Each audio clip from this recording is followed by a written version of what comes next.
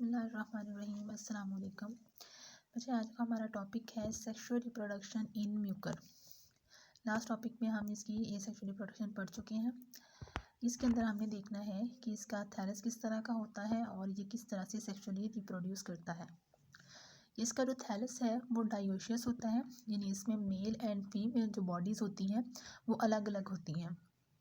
Heterothallic है, यानी कि इनका थैलस बॉडी अलग अलग होता है।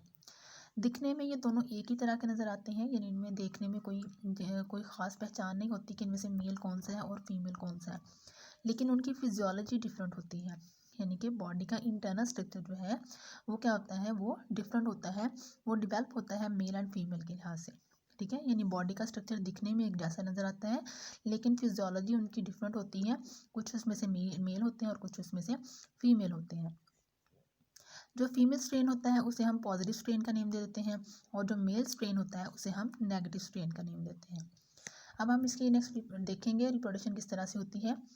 हमारे पास दो तरह की थैलस बॉडीज़ हैं, एक पॉजिटिव स्ट्रेन माइसीलियम है और दूसरा नेगेटिव स्ट्रेन माइसीलियम है।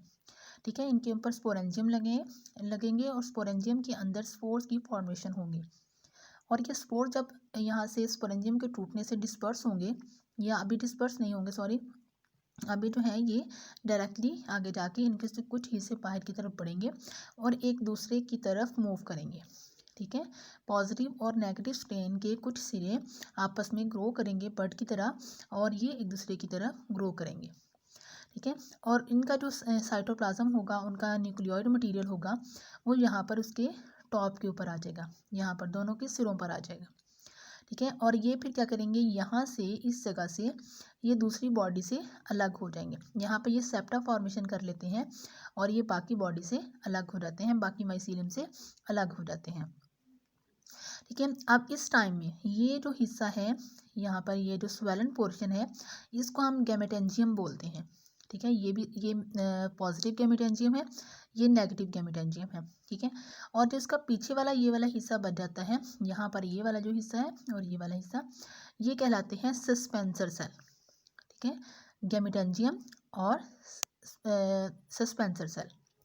ठीक है, अब यहाँ पर क्या होगा, गैमेटेंजियम जो है ऊपर वाला हिस्सा, ये दोनों एक दूसरे के साथ क्या करेंगे, फ्यूजन करेंगे और रिप्रोडक्शन करेंगे या फर्टिलाइजेशन करेंगे। ठीक है, ये दोनों मिल जाएंगे और एक बड़ा सर्कुलर टाइप का सेल बना लेंगे फ्यूजन होने के बाद, जिसे हम क्या बोलते हैं, जाइगोट बोलते हैं। ठीक है, जाइगोट जो है अपनी वॉल्स थिक कर लेता है और 2 लेयर थिक वॉल बनाता है। जो बाहर वाली लेयर है उसे हम एक्सोस्पोर कहते हैं और जो अंदर वाली लेयर है उसे हम एंडोस्पोर कहते हैं। ठीक है, ये अनफेवरेबल कंडीशन को पास आउट करने की सलाहियत रखता है। तो जैसे ही अनफेवरेबल कंडीशन पास आउट हो जाएगी तो ये क्या करेगा, ये जर्मिनेट करना शुरू कर देगा और इस जाइगोट से ऊपर की तरफ जो है स्पोरेंजियम बनना शुरू हो जाएगी, माइसीलियम हाइफी बनेंगे और ऊपर की तरफ स्पोरेंजियम बनना शुरू हो जाएगा। अब इस स्पोरेंजियम के अंदर क्या है, स्पोर मौजूद है, स्पोर का मटेरियल मौजूद है, और इसके अंदर अभी ये क्या था, यहाँ पर डिप्लॉयड है। ठीक है, जाइगोट बनने के बाद ये डिप्लॉयड हो जाता है। तो अब इस स्पोरेंजियम के बनने के बाद यहाँ पर मियोसिस होगी और डिप्लॉयड स्पोर के अंदर कन्वर्ट हो जाएंगे। ठीक है, तो उनमें से कुछ जो होंगे वो पॉजिटिव स्ट्रेन होंगे और कुछ जो होंगे वो नेगेटिव स्ट्रेन होंगे। ठीक है, जैसे ही मियोसिस होती है, यहाँ से इसकी जो स्पोरेंजियम की वाल होती है वो रैप्चर हो जाती है और सारे स्पोर्स डिस्पर्स हो जाते हैं। ठीक है, तो यहाँ से जो पॉजिटिव स्पोर होंगे वो आगे जाके पॉजिटिव माइसीलियम बनाएंगे, और जो नेगेटिव माइसीलियम स्पोर होगा वो आगे जाके नेगेटिव माइसीलियम बनाएगा, और फिर इस तरह से इसका दोबारा साइकिल चलना शुरू हो जाएगा।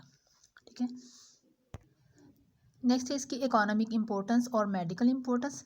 ठीक है, यानी कि ये ह्यूमंस की लाइफ में या दूसरे ऑर्गेनिज्म की लाइफ में बहुत इंपॉर्टेंट किरदार अदा करता है, क्योंकि ये सबसे ज़्यादा पाए जाने वाला सबसे ज़्यादा पाई जाने वाली फंजाई है। ठीक है, जो हमारी सराउंडिंग में सबसे ज़्यादा पाई जाती है। कहाँ पर पाई जाती है, found in soil, dead plants, horse dungs, fruits, juices.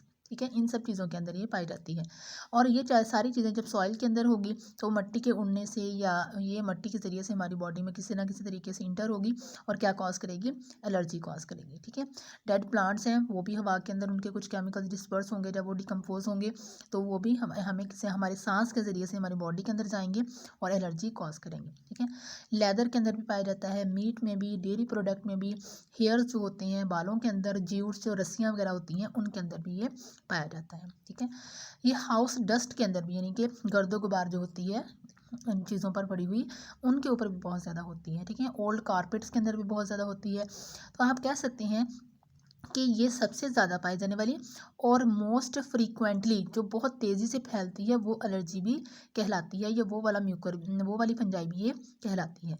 तो जब अगर हम हाउस होल्ड जो है हमारे उनको स्टडी करें तो तकरीबन जो हाउस के अंदर पाई जाने वाली सबसे ज़्यादा फंजाई है वो कौन सी होती है?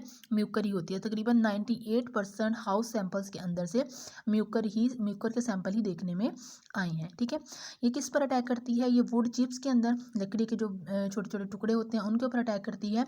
और साडस्ट कहते हैं जो लकड़ी का बुरादा होता है, यानी कि जब लकड़ी को काटा जाता है तो उसमें से बारीक बारीक जो जर्रे से निकल रहे होते हैं उनके ऊपर भी ये अटैक करती है। ठीक है, तो इसकी जो स्पीशी है उसका नाम है म्यूकर प्लिम्बियस, ये इसका नेम है, जो सबसे ज़्यादा साडस्ट और वुड चिप्स के अंदर पाई जाती है।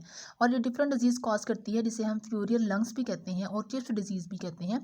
ये नमूनिया की तरह की होती है और सांस के ज़रिए से हमारी बॉडी के अंदर इंटर हो जाती है और वहाँ पे जाके डिजीज़ कॉज करती है। ठीक है, तो जो इसके सिम्टम्स होते हैं वो एजमिक होते हैं, यानी कि जैसे दमा की डिजीज़ होती है उस तरह के सिम्टम्स ये शो करवाती है। एलर्जी की वजह से हमें इस तरह की डिजीज़ जो है वो कॉज हो सकती है। सेकेंड वन है म्यूकोरोसिस। म्यूकोरोसिस जो है ये भी यानी एलर्जी से ही कॉज होती है, यानी कि ये ब्रोंकाई के ऊपर, हमारे लंग्स के ऊपर, हमारे ब्रेन में, आई में, नोज़ में, इन चीज़ों के ऊपर अटैक करती है और वहाँ पे जाके उनको इन्फेक्ट करती है। ठीक है, किसकी cause? Skin and bronchial allergen, यानी कि ये एलर्जी कॉज करती है किसकी? स्किन की एलर्जी। इसकी वजह से स्किन के ऊपर रैश होने लग जाते हैं और इसके अलावा स्किन जो है वो स्वेल भी हो जाती है। और ब्रोंकी यानी हमारी ब्रोंकाई जो होती है, सांस की जो नाली होती है उसके अंदर भी इन्फेक्शन कॉज करती है। ये एक ऑपर्चुनिस्टिक पैथोजन है। ऑपर्चुनिस्टिक पैथोजन का मतलब होता है कि ऐसे पैथोजन जो कि किसी अपॉर्चुनिटी की तलाश में रहते हैं, जैसे ही उन्हें कोई मौका मिलता है वो आसानी से बॉडी के अंदर इंटर हो जाते हैं। म्यूकोरोसिस की डिजीज़ कॉज करती है, जैसे मैंने आपको बताया कि स्किन के ऊपर रैश हो जाएंगे, स्किन स्वेल हो जाएगी और इस तरह सांस की जो नाली होती है उसके अंदर इन्फेक्शन हो जाएगा, तो वो डिजीज़ म्यूकोरोसिस कहलाती है। ठीक है, इन्फेक्शन कहाँ पे कॉज करेगी? लंग्स के अंदर, नाजल कैविटी के अंदर, ब्रेन के अंदर और आई के अंदर ये डिजीज़ कॉज करेगी।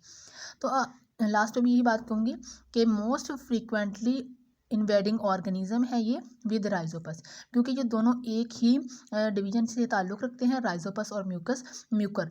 तो ये दोनों 98% जो है हमारी सराउंडिंग में यही दोनों जो फंजाई हैं वो पाई जाती हैं। ठीक है, ये आपका म्यूकर का टॉपिक यहाँ पे ख़त्म हो गया।